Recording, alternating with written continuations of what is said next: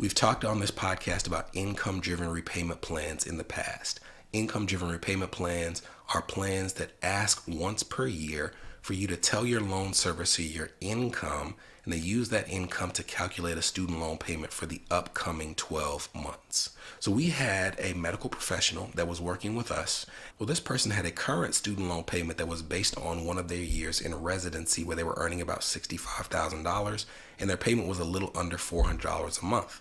But the next time their student loan servicer asked for their income, they were going to have access for their current income of over $350,000, and it was going to increase their student loan payment to over $2,500 per month, which, as you can expect, they were not keen to do.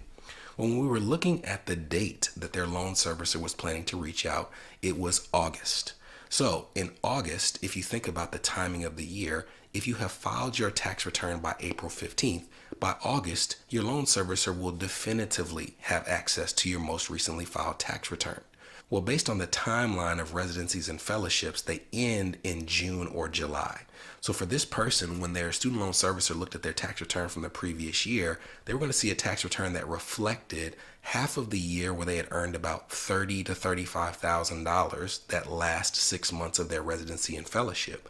But the second half of the year would show about $175,000 worth of income. That's not something they wanted to see.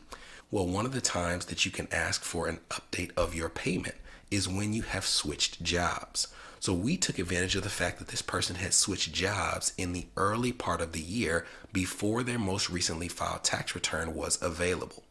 So when their payment was recalculated and the loan servicer accessed their most recently filed tax return, instead of accessing their 2024 tax return that showed about $200,000 of taxable income, it would instead access their 2023 tax return that still showed one more year of residency pay.